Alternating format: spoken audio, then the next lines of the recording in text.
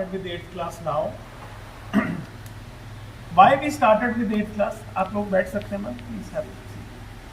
So the reason is this is the most slippery age presently in the youth.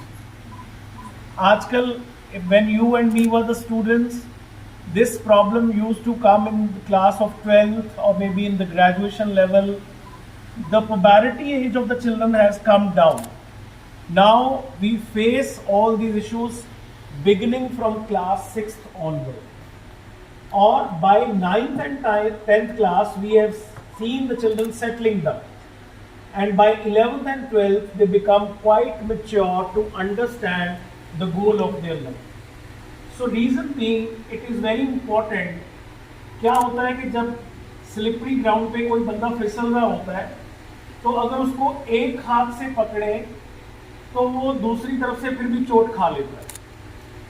तो एक हाथ तो हमारा है स्कूल की तरफ से, एक हाथ पेरेंट्स का भी होना चाहिए, ताकि जो दोनों तरफ से बच्चे को पकड़े, अगर वो स्लिप करता भी है तो वो चोट ना खाए। This is what our focus is. So dear parents, I have called you here for a discussion, for a dialogue.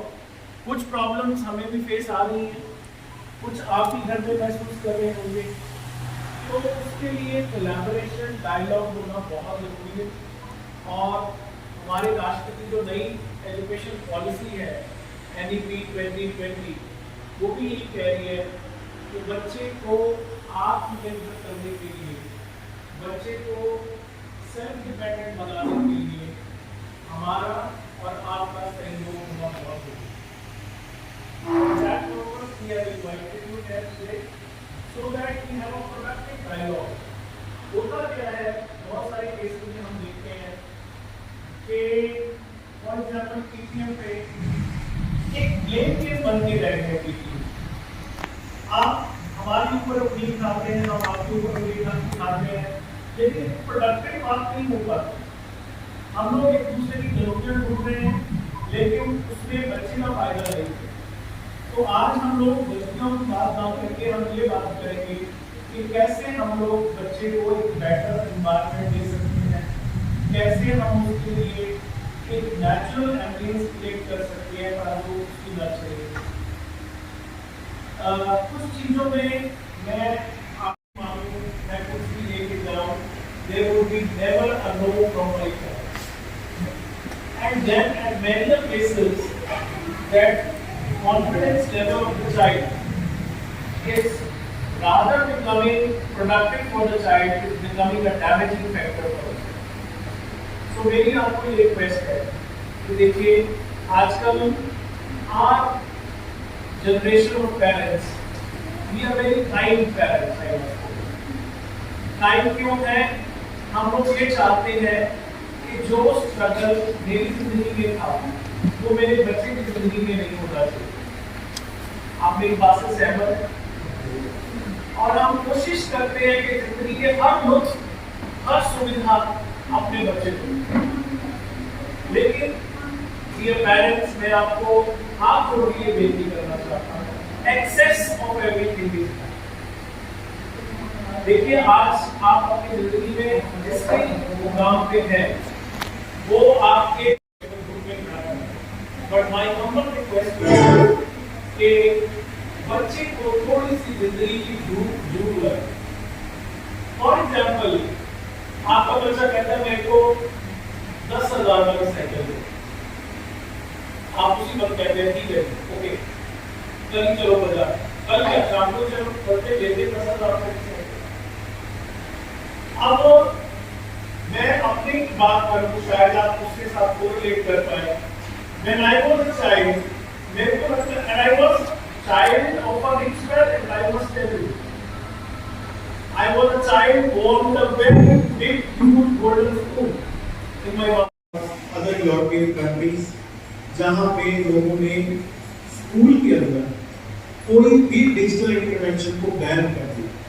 China was the first country to ban, जो सारे वर्ल्ड में मोबाइल बना के सस्ते मोबाइल बांट रहा है देश, उसने अपने देश में स्कूलों के अंदर मोबाइल फोन्स, ये स्मार्ट बोर्ड्स, सब कुछ बैन कर दिया।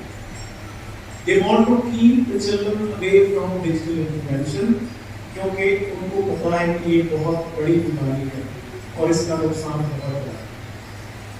मैं आज हैरान होता हूँ कि पेरेंट्स के पास पता नहीं मोबाइल है कि नहीं है। मेरे 6वीं 7वीं 8वीं वाले बच्चों के पास मोबाइल नहीं है। ये बहुत बड़ा डैमेज है बच्चों के। और हमने तो पैंडेमिक से इतना बड़ा सबक सीखा। आपको पता है जब पैंडेमिक के बाद बच्चे आए, हमने तो पढ़ाना उनको बंद कर दिया। पहले मैंने टीचर्स को ये बोला कि आप इनको डिटॉक्सिफाई करिए फ्रॉम द डिजिटल लाइफ। और हमें लगभग 6 से 8 महीने का टाइम लगा to bring the children back to the classroom because they were so deviated from the mainstream of studies. उसके बाद आपने देखा होगा बहुत सारे ऐसे मौके आए और बहुत सारे पटियाला के स्कूल्स ने दोबारा ऑनलाइन क्लासेस शुरू करी, लेकिन मैंने अपने टीचर्स को बोला कि हम पढ़ाई बंद कर देंगे लेकिन बच्चों की ऑनलाइन क्लास नहीं दी। और वो हमने बहुत मुश्किल से 8-2 दिन तक हमने चलाया। उसके बाद हमने कोशिश करी that we will not have online classes because it is less profiting, more damaging to the children. मेरी रिक्वेस्ट आपसे ये है कि mobiles you need to have a clear check on your students और your works because mobile is of no use to the child. It is not at all profitable to the child. Position पे आ गए 20 number मिलेंगे अगर आप first position पे आ गए, लेकिन बच्चा कैसे स्पोर्ट्स की तरफ भागेगा और पेरेंट्स कैसे आएंगे मेरे पास स्पोर्ट्स को लेकर? क्योंकि हम नंबर नहीं दे रहे स्पोर्ट्स के लिए, तो कोई भी पेरेंट्स हमें आगे नहीं पूछता कि मेरा बच्चा स्पोर्ट्स में कैसे परफॉर्म कर रहा है या मैंने घर पे इसको कोई स्पोर्ट्स खिलाना है। मेरा जब 2018 में मैं आपके स्कूल में एज अ प्रिंसिपल आया था, आज मेरे को 7 साल हो गए आपके साथ काम करते हुए। मैंने पूरी कोशिश की है कि मेरे स्कूल में हर एक बच्चे का एक पेट स्पोर्ट्स होना चाहिए।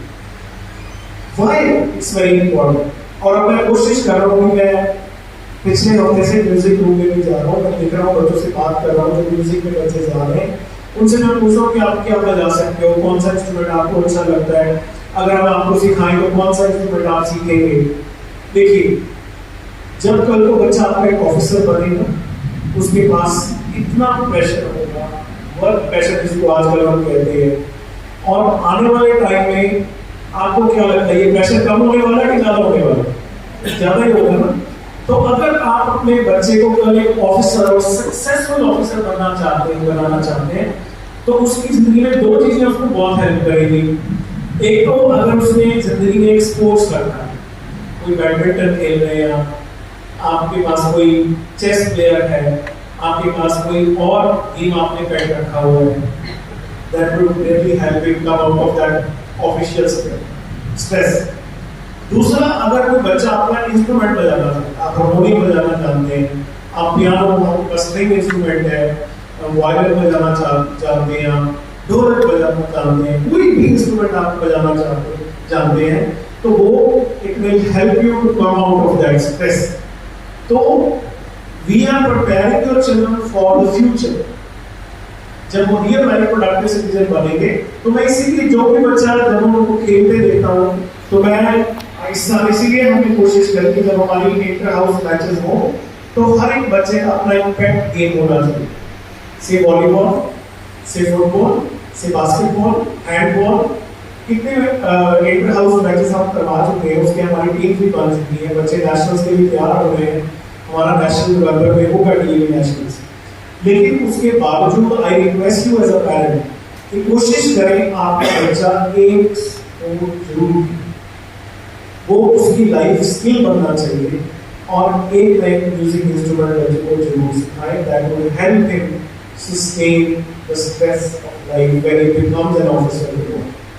So, dear parents, another thing which I want to tell you is to maintain regularity of the children. हम लोग पूरी कोशिश कर रहे हैं पिछले कुछ सालों से, जो हमारा बेस्ट फ्रेंड अवार्ड है बच्चों को दिया जाता है, that is kept categorically to encourage the students to be regular in this. और मैं हमेशा जब हम अवार्ड एनुअल डे पे दे रहे होते हैं, रिजल्ट डे पे, मैं हमेशा कहता हूँ कि ये जो रेगुलरिटी और पंक्चुअलिटी का अवार्ड है, ये बच्चे को नहीं, ये मदर को, because it is always the effort of the mother to ensure that the child reaches on time and the child becomes regular in the class. तो वो और आपके लिए है, बच्चे के लिए नहीं. So my request to you is to ensure regularity of the students. और दूसरी बात ये है कि उनकी आप कुछ भी हमें सजेशन देना चाहते हैं, कुछ कहना चाहते हैं, you are more than welcome. और डिजिटल डिटॉक्सिफिकेशन बच्चों का जरूर करें. यू कैन स्टार्ट विद से Monday without phone. The entire family go without phone. And even at home, keep one place, no mobile zone.